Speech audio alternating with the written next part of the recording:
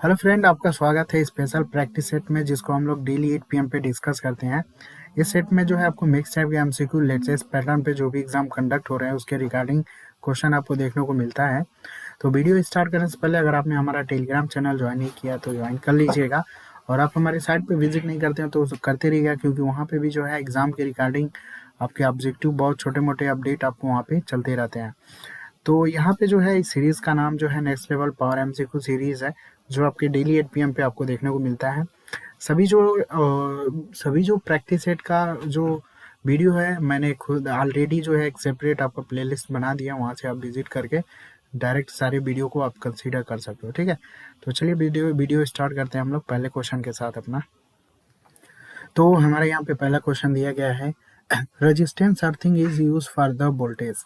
जो resistance earthing होती है, हम इसका किस वोल्टेज लेवल तक यूज कर सकते हैं। ठीक है, तो ये हम नॉर्मली यूज करते हैं 3.3 केवी से लेके 11 केवी तक आप यूज कर सकते हैं रेजिस्टेंस अर्थिंग को। ठीक है, अगर ये आपका वोल्टेज हो गया, अगर यही रेजिस्टेंस अर्थिंग का अगर दे दे करेंट के फॉर्म में, तो इसको हम यूज कर सकते हैं 5000 किलो वोल्ट एम्पियर से एम्पियर तक यूज कर सकते हैं, अगर करेंट के फॉर्म में अगर आपको दे तो। ठीक है, अगला यहाँ पे क्वेश्चन देखिए दिया गया है कि the minimum depth eight which the pipe must be bird in the pipe earthing.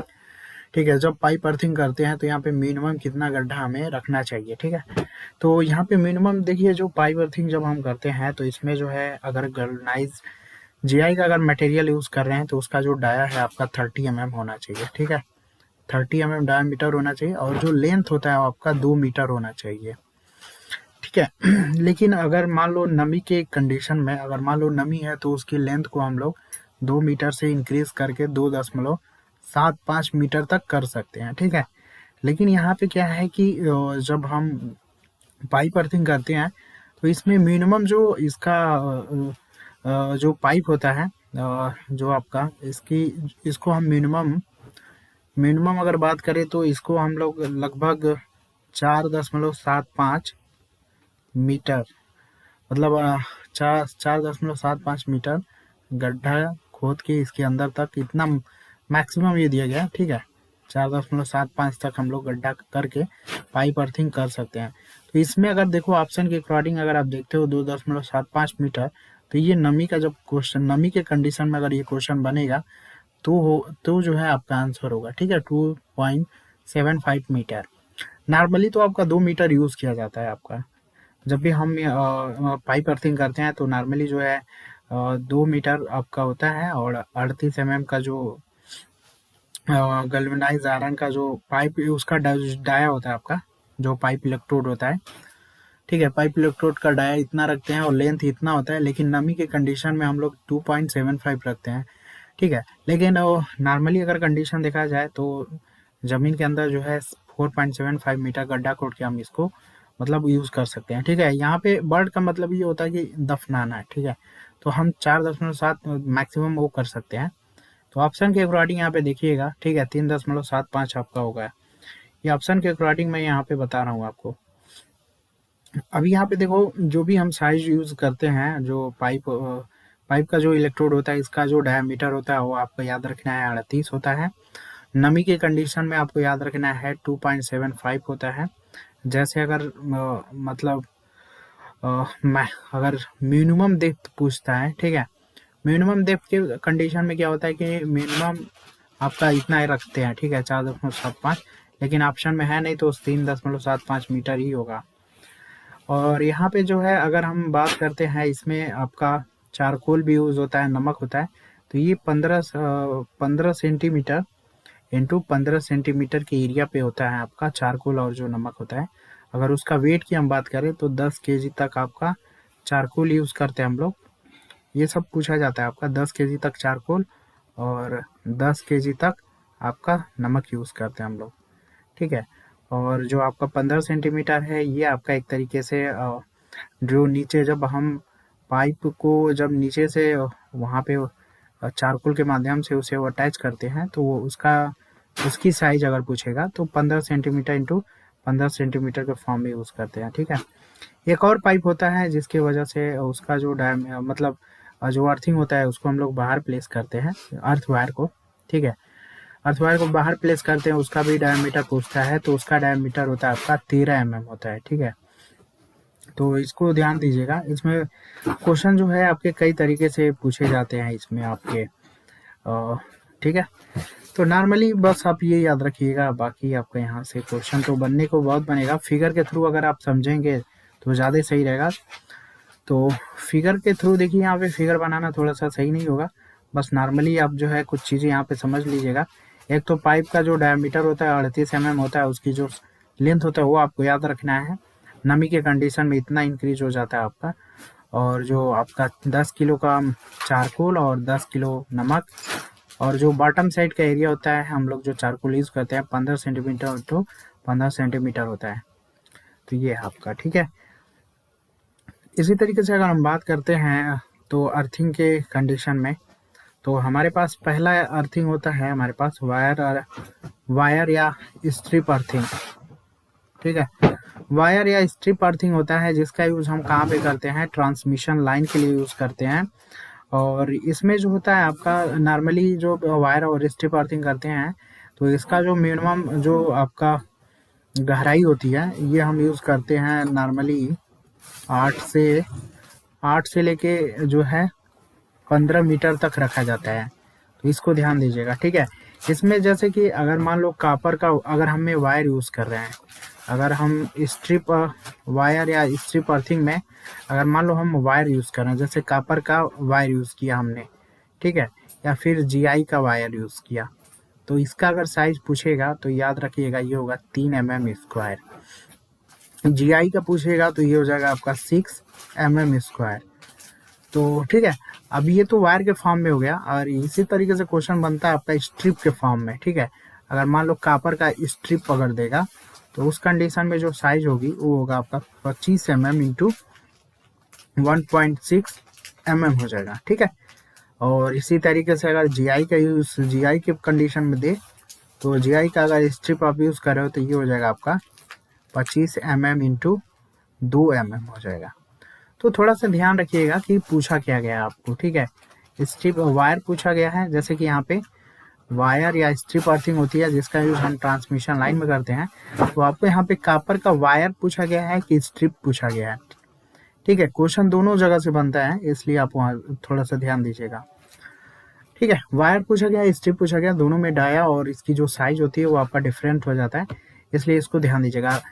Wire earthing और स्ट्रिप अर्थिंग का हम यहाँ पे यूज़ करते हैं ट्रांसमिशन लाइन के लिए। दूसरा अर्थिंग होता है हमारे पास रॉड अर्थिंग, ठीक है। रॉड अर्थिंग जो होता है आपका, जहाँ पे जो है आपका मिट्टी जो है बलुआ टाइप की अगर मिट्टी होती है तो वहाँ पे हम लोग रॉड अर्थिंग का यूज़ करते हैं ना। तो और इसकी जो गहराई होती है नॉर्मली जो इसका हम लोग रखते हैं वो 2.5 मीटर से लेके 6 मीटर तक रखते हैं, जो रॉड अर्थिंग होती है, ठीक है। अब इसमें देखो जो इलेक्ट्रोड होते हैं ना, इसमें कई टाइप के इलेक्ट्रोड यहाँ पे भी यूज़ होता है। जैसे कॉपर का इलेक्ट्रोड यूज़ करते हैं सॉलिड टाइप का, ठीक है। कॉपर का इलेक्ट्रोड यूज करते हैं सॉलिड टाइप का, इसका जो डाया होता है वो आपका मतलब जो डाया होता है कितना होगा आपका, इसका 12 mm होता है। और इसी तरीके से मान लो जीआई का अगर सॉलिड टाइप का मटेरियल यूज़ कर रहे हो डाया के फॉर्म में, तो इसका होता है आपका 19 mm जो डाया होता है। इसी तरीके से मान लो जीआई का अगर हालो टाइप का यूज़ कर रहे हो, ठीक है, हालो टाइप का यूज़ कर रहे हो तो ये होगा आपका 25 mm डाया हो जाएगा। तो ये रॉड अर्थिंग होता है। इसी तरीके से हमारा होता है कॉइल अर्थिंग, ठीक है। कॉइल अर्थिंग जो है लकड़ी के अगर पोल है तो उसको ग्राउंडिंग करने के लिए यूज़ करते हैं हम लोग। तो ये जो होता है कुछ टाइम बाद अनइफेक्टिव हो जाता है, जिसके इसमें जो ये क्वेश्चन पूछा जाता है, इसमें जो है 8 SW जी, ठीक है, स्टैंडर्ड वायर गेज जो होता है, इसकी जो तार का साइज होता है आपका, जो हम यहाँ पे कॉइल अर्थिंग यूज़ करते हैं, तो कुछ दिन बाद जो होता है ये अनइफेक्टिव हो जाता है, जिसके वजह से हम यहाँ पे यूज़ करते हैं हम लोग पाइप अर्थिंग और प्लेट अर्थिंग, ठीक है। तो ये चीज़ ध्यान दीजिएगा, इसके वजह से ही हम लोग यहाँ पे पाइप अर्थिंग और प्लेट अर्थिंग यूज़ करते हैं। तो पाइप अर्थिंग के रिगार्डिंग मैंने बता ही दिया आपको क्या क्या क्वेश्चन बनता है। प्लेट अर्थिंग का आप ध्यान दे लीजिएगा, ठीक है। प्लेट अर्थिंग से भी क्वेश्चन आपके बनते हैं। प्लेट अर्थिंग से जैसे कि मान लो अगर जीआई का प्लेट का अगर पूछता है तो उसका जो साइज होता है वो आपका होता है 60 सेंटीमीटर इंटू 60 सेंटीमीटर और इंटू 6.35 mm होता है GI के फॉर्म में, ठीक है। अगर वही कॉपर का यूज़ कर रहे हो तो 60 centimetre into 60 centimetre into 3.19 mm हो जाता है आपका। तो यहाँ से भी क्वेश्चन आपके बनते हैं, तो इस सभी को देख लीजिएगा, ठीक है। अर्थिंग से बहुत सारे क्वेश्चन आपके बनते हैं, तो उसको आप जरूर देख लीजिएगा। तो चलिए अगले क्वेश्चन की तरफ चलते हैं। अगला क्वेश्चन जो है काफ़ी इंपॉर्टेंट क्वेश्चन है। इस टाइप के क्वेश्चन आपको बहुत ही कम देखने को मिलेंगे, लेकिन यहाँ जो है एग्जाम में इस टाइप के क्वेश्चन आपके 100% श्योरिटी है बनने का, ठीक है। तो यहाँ पे देखो दिया गया है the force experience by the electromagnetic wave in a conductor. अगर मान लो किसी कंडक्टर में अगर जो कंडक्टर है अगर वो फोर्स एक्सपीरियंस कर रहा है आपका इलेक्ट्रोमैग्नेटिक वेव के फॉर्म में, तो यहाँ पे कौन सा फोर्स होगा, ठीक है। तो यहाँ पे आपका होगा, ठीक है, लॉरेंट्ज फोर्स होगा। और ये जो होता है क्या होता है अभी हम लोग इसको देखेंगे। इस फोर्स को जानने से पहले हमें जो है दो टाइप के फोर्स होते हैं उनको पहले जानना होगा। पहला जो होता है हमारे पास जो फोर्स होता है वो होता है वह इलेक्ट्रोस्टैटिक फोर्स होता है आपका, ठीक है। पहला फोर्स होता है हमारा इलेक्ट्रोस्टैटिक फोर्स, और दूसरा होता है हमारे पास जो फोर्स होता है वो हमारा मैग्नेटोस्टैटिक फोर्स। मैग्नेटोस्टैटिक फोर्स होता है। अब यहाँ पे देखो दो, यहाँ पे जो है दोनों को हमें यहाँ पे देखना होगा। जो इलेक्ट्रोस्टैटिक फोर्स होता है आपका जो हमारा चार्ज होता है अगर वो स्टैटिक फॉर्म में है, ठीक है, हमारा स्टैटिक चार्ज के कारण जो फोर्स एक्सपीरियंस होता है उसे हम इलेक्ट्रोस्टैटिक फोर्स करते हैं, ठीक है। यानी इसकी वैल्यू होती है F बराबर E इंटू क्यू, ठीक है। तो हमारे पास अगर हमारा जो है जो चार्ज है अगर वो स्टैंड स्टिल कंडीशन में है तो उस कंडीशन में जो कंडक्टर के द्वारा जो फोर्स होगा उसे हम लोग इलेक्ट्रोस्टैटिक फोर्स बोलेंगे। यहाँ पे जो है इसी तरीके से मैग्नेटोस्टैटिक जो फोर्स होगा इसमें क्या होगा कि जो चार्ज होगा वो हमारा मूविंग होगा, ठीक है। जब हमारा चार्ज क्या होगा मूविंग होगा तो उस कंडीशन में जो फोर्स होगा वो आपका मैग्नेटोस्टैटिक फोर्स होगा, ठीक है। अगर मान लो देखो चार्ज हमारे स्टैंड स्टिल के कंडीशन में है तो वहाँ पे इलेक्ट्रिक फील्ड होता है, ठीक है। अगर वही चार्ज मूविंग हो जाएगा तो करंट फ्लो हो जाएगी जिसकी वजह से मैग्नेटिक फील्ड होगा। बस नॉर्मली यही समझना आपको। तो मैग्नेटोस्टैटिक फोर्स जो होता है ये हमारा चार्ज है और v वेलोसिटी से वो मूव करेगा, और b जो है फ्लक्स डेंसिटी है, ठीक है। किसी फ्लक्स डेंसिटी में जो है हमारा चार्ज मूव करेगा जिसके वजह से यहाँ पे रेट ऑफ चेंज होगा जिसकी वजह से करंट फ्लो होगी, तो मैग्नेटिक फील्ड होगा। अब यहाँ पे जो लॉरेंट्ज फोर्स होता है ये हमारा दोनों फोर्स का कॉम्बिनेशन होता है हमारा, मतलब कि ये होता है हमारा इलेक्ट्रोस्टैटिक फोर्स और मैग्नेटोस्टैटिक फोर्स का ये सम होता है।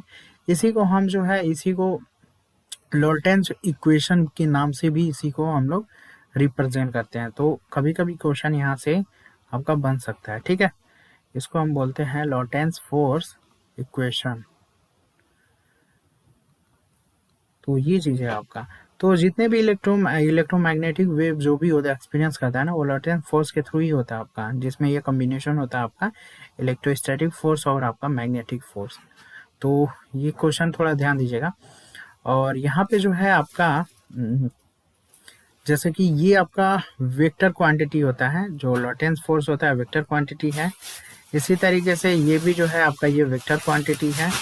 मैग्नेटिक फोर्स या मैग्नेटोस्टैटिक फोर्स ये भी है, ये भी आपका वेक्टर क्वांटिटी है, ठीक है।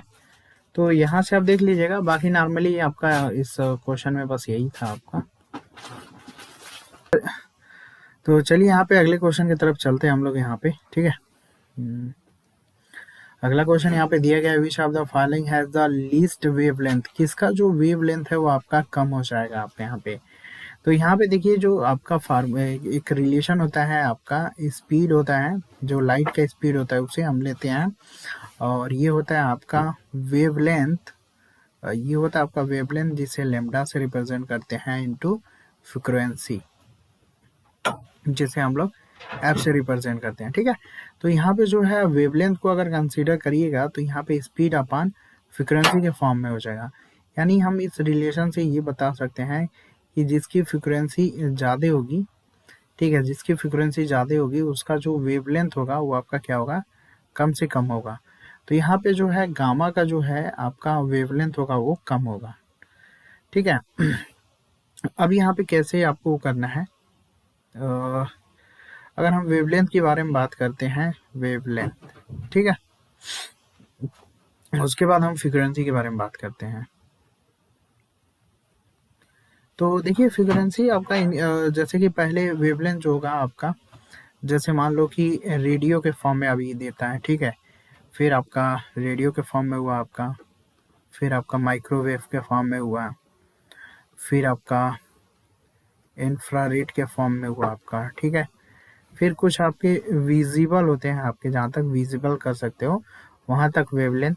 उसके बाद विजिबल के बाद थोड़ा सा इसको मैं मिटाना पड़ेगा हमें, क्योंकि यहाँ पे स्पेस जो होगा आपका कम पड़ेगा, ठीक है, तो इसे हमें जो है थोड़ा सा स्पेस कम हो जाएगा, तो इसको हम लोगों को थोड़ा सा मिटाना पड़ेगा। अभी यहाँ पे देखो फ्रीक्वेंसी से भी क्वेश्चन बनता है और वेवलेंथ से भी बनता है क्वेश्चन, तो यहाँ पे आपको थोड़ा सा ध्यान देना होगा, ठीक है। जैसे वेवलेंथ हुआ आपका, ठीक है, और सेकंड होगा आपका फ्रीक्वेंसी। तो वेवलेंथ और फ्रीक्वेंसी दोनों को हम लोग कंसीडर करेंगे यहाँ पे। पहले हमारा आता है रेडियो टाइप के, रेडियो के लिए हम लोग देखेंगे, फिर आपका माइक्रोवेव के लिए देखेंगे, उसके बाद हम लोग इंफ्रारेड के लिए देखेंगे, उसके बाद कुछ विजिबल होते हैं आपके, उसके लिए कंसीडर करेंगे, फिर विजिबल के बाद आ जाता है आपका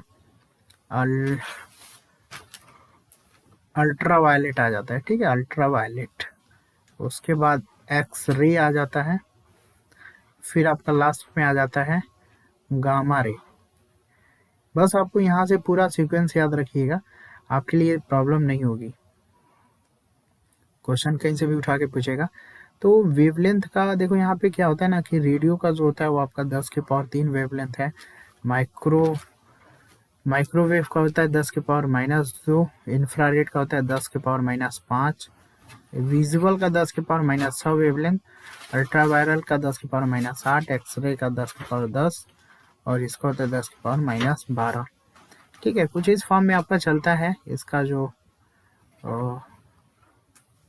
यहाँ से विजुअल के बाद ये काफ़ी ज़्यादा मतलब और करीब हो जाती है वेव, ठीक है, काफ़ी ज़्यादा यहाँ पे इसका वेवलेंथ काफ़ी ज़्यादा कम हो जाती है, ठीक है।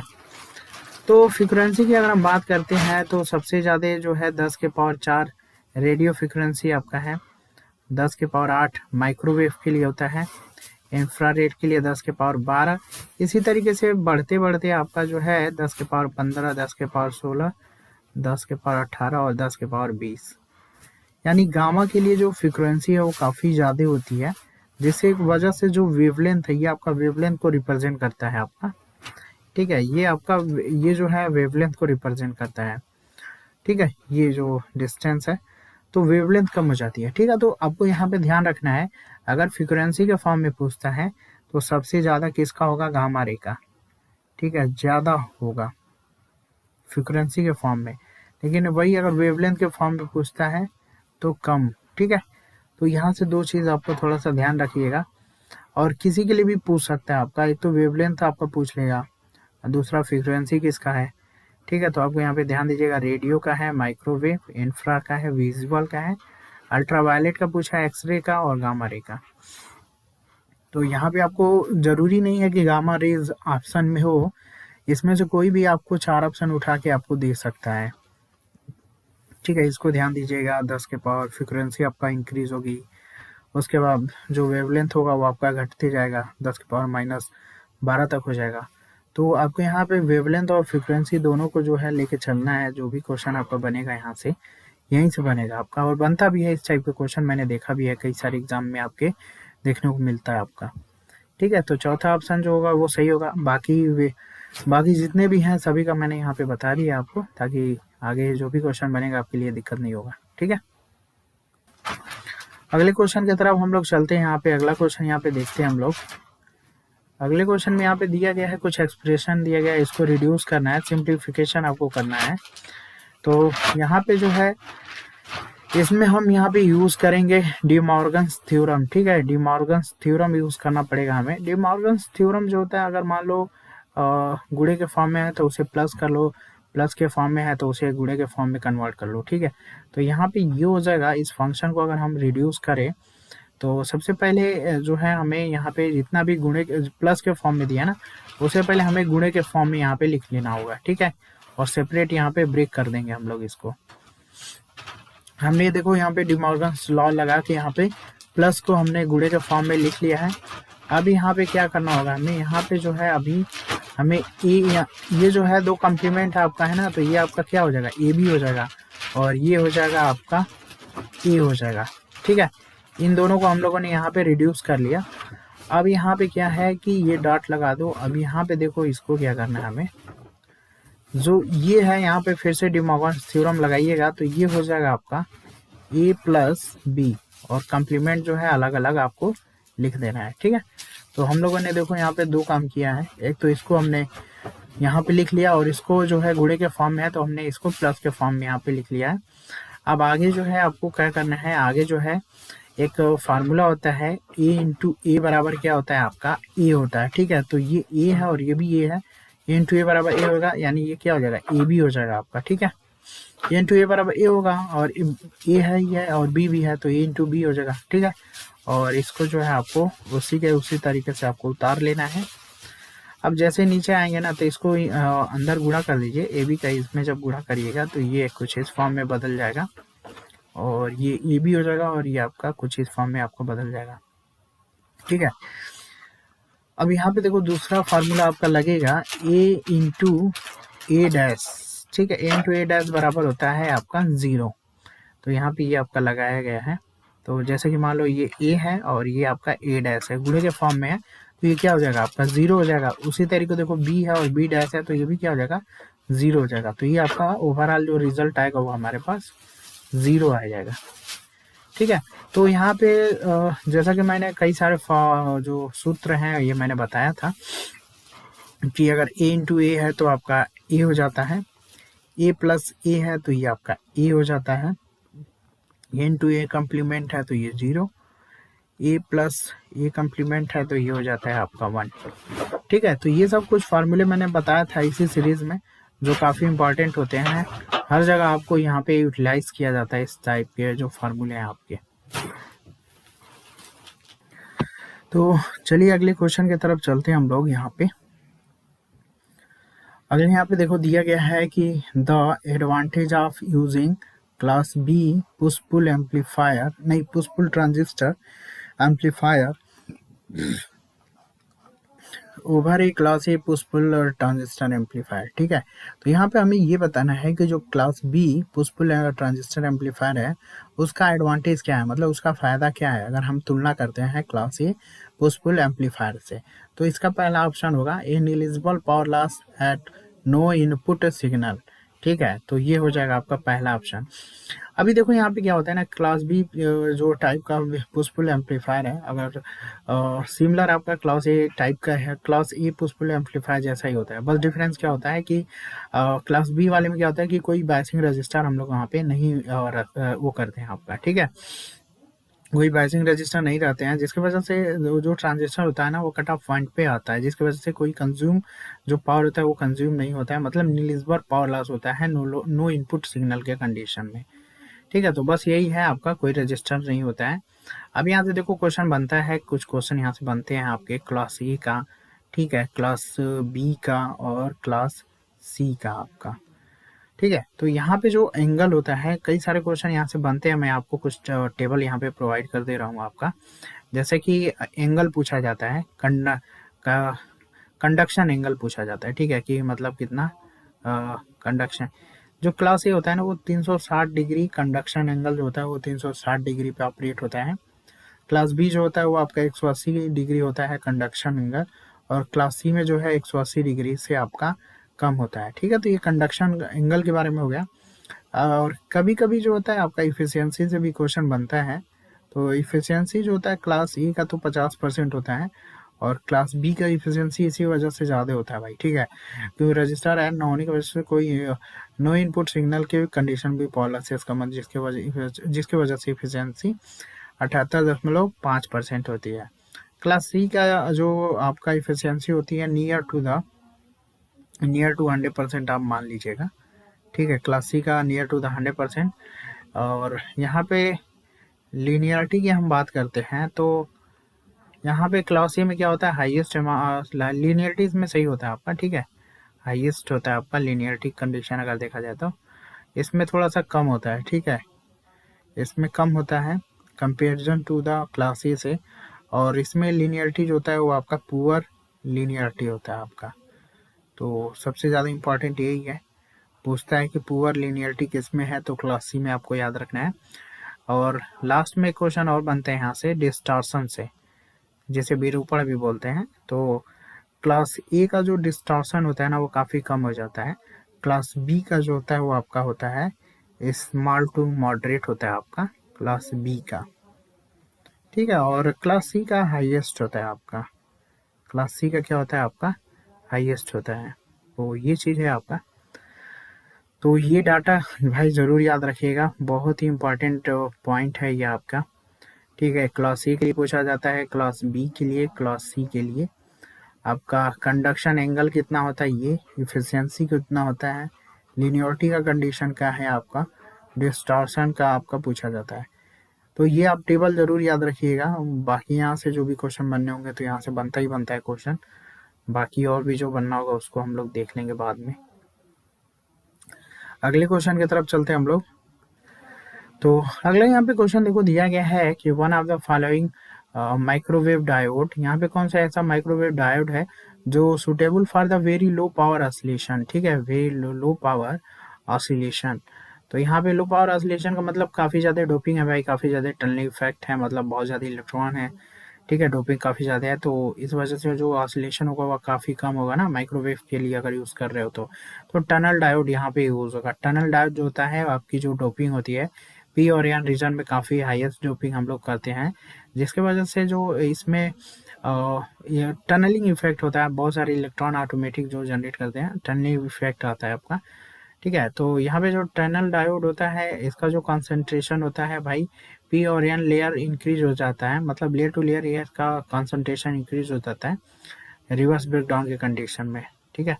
तो नॉर्मली इसका यूज़ हम माइक्रोवेव ऑसिलेशन के लिए यूज़ करते हैं। जो टनल डायोड होता है इसका यूज़ हम माइक्रोवेव ऑसिलेशन के लिए यूज़ करते हैं, और हाई स्पीड काउंटर के लिए करते हैं हम इसका यूज़, हाई स्पीड काउंटर्स के लिए करते हैं। और तीसरा हम इसका यूज़ करते हैं fast rise time pulse generator, ठीक है, fast rise time pulse generator.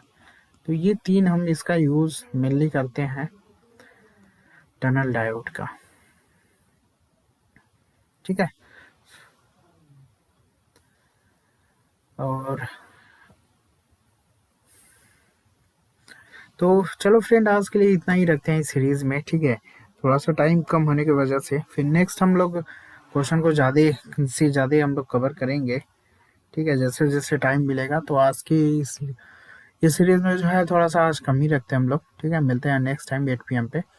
तो आप लोग जो है साइट पे विजिट ज़रूर करते रहिएगा। बाकी टेलीग्राम चैनल अगर आपने नहीं ज्वाइन किया है तो ज्वाइन कर लीजिएगा, काफ़ी ज़्यादा छोटे मोटे जो भी अपडेट होते हैं वो आपको देखने को मिलते हैं, ठीक है। तो चलो फिलहाल आज के लिए इतना ही रखते हैं। Thanks for watching.